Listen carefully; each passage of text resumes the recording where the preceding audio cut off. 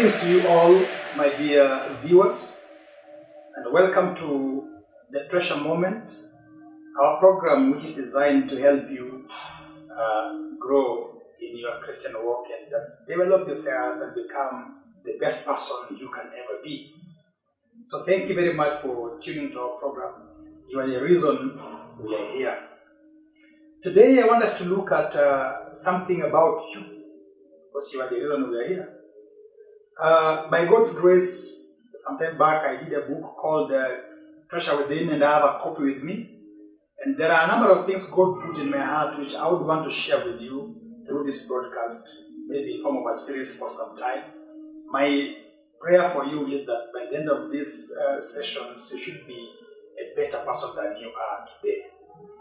Treasure Moment is all about you. And we realize that God has put within each one of us certain treasures that are supposed to be discovered and to be harnessed and to be put into productive use. God, in His own sovereignty, endows each one with certain unique capabilities. Some call them gifts, and some also call them talents. So in this program, we'll be looking at what you need to do to make the most of what you have. Now, you see, what you have is not going to be helpful to you if you haven't understood your God-ordained path in life. Therefore, we'll be discussing what I call the ordained path. Discover that every believer has got a set path. Everybody, whether born again or not, there's a path God has set for you, and until you locate that path, life becomes a struggle. Each one becomes a star on his path. Apostle Paul speaks of this in a different way when he says that I've fought a good fight, I've kept the faith, and I have finished my race.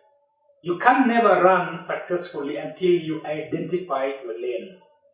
Each one becomes a star on his lane.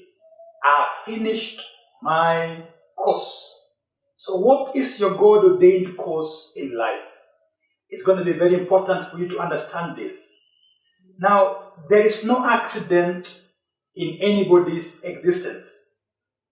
God has chosen you to be where you are and to do what you are doing today as a means of taking you where He wants you to be. Wherever you are today, whatever you're doing today, is very important in determining where you will end up tomorrow.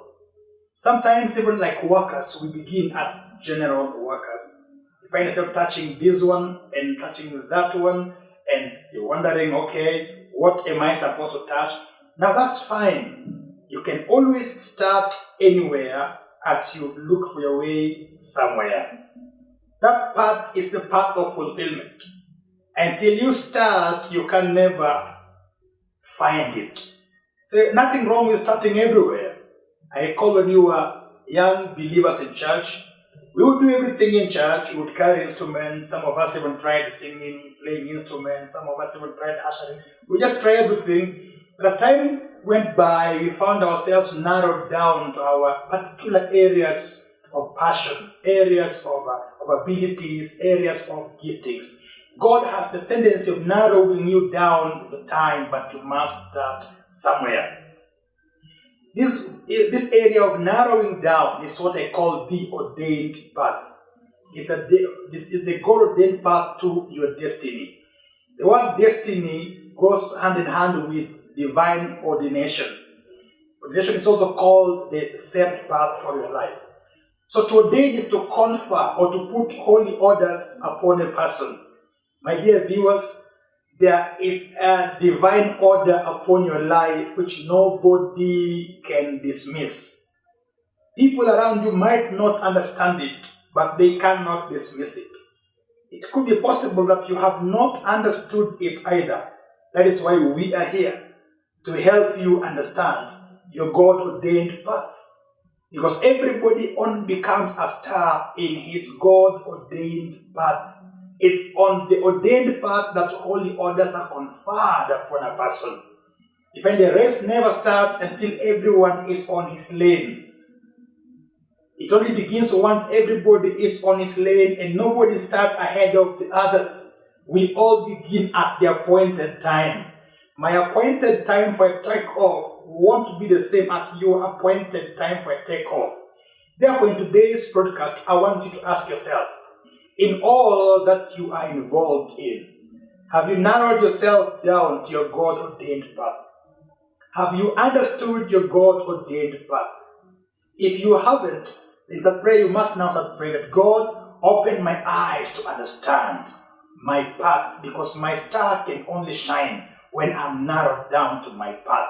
Lord, open my eyes to understand. Locate me. Locate me. That should be your prayer, because the star in you, or the star of your destiny, will only shine when you finally narrow down to your God-ordained path.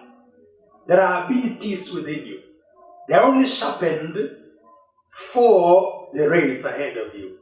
If you want to run 100 meters, there are certain qualities that you must perfect. Your sprinting abilities must perfect in certain ways.